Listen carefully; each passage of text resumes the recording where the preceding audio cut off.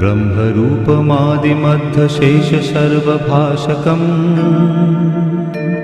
भावषट्कहीनरूपनित्यसत्तमध्ययम् वाङ्मनौति गोचरं च नेति नेति भावितम् तं नमामि देवदेव रामकृष्णमीश्वरम्।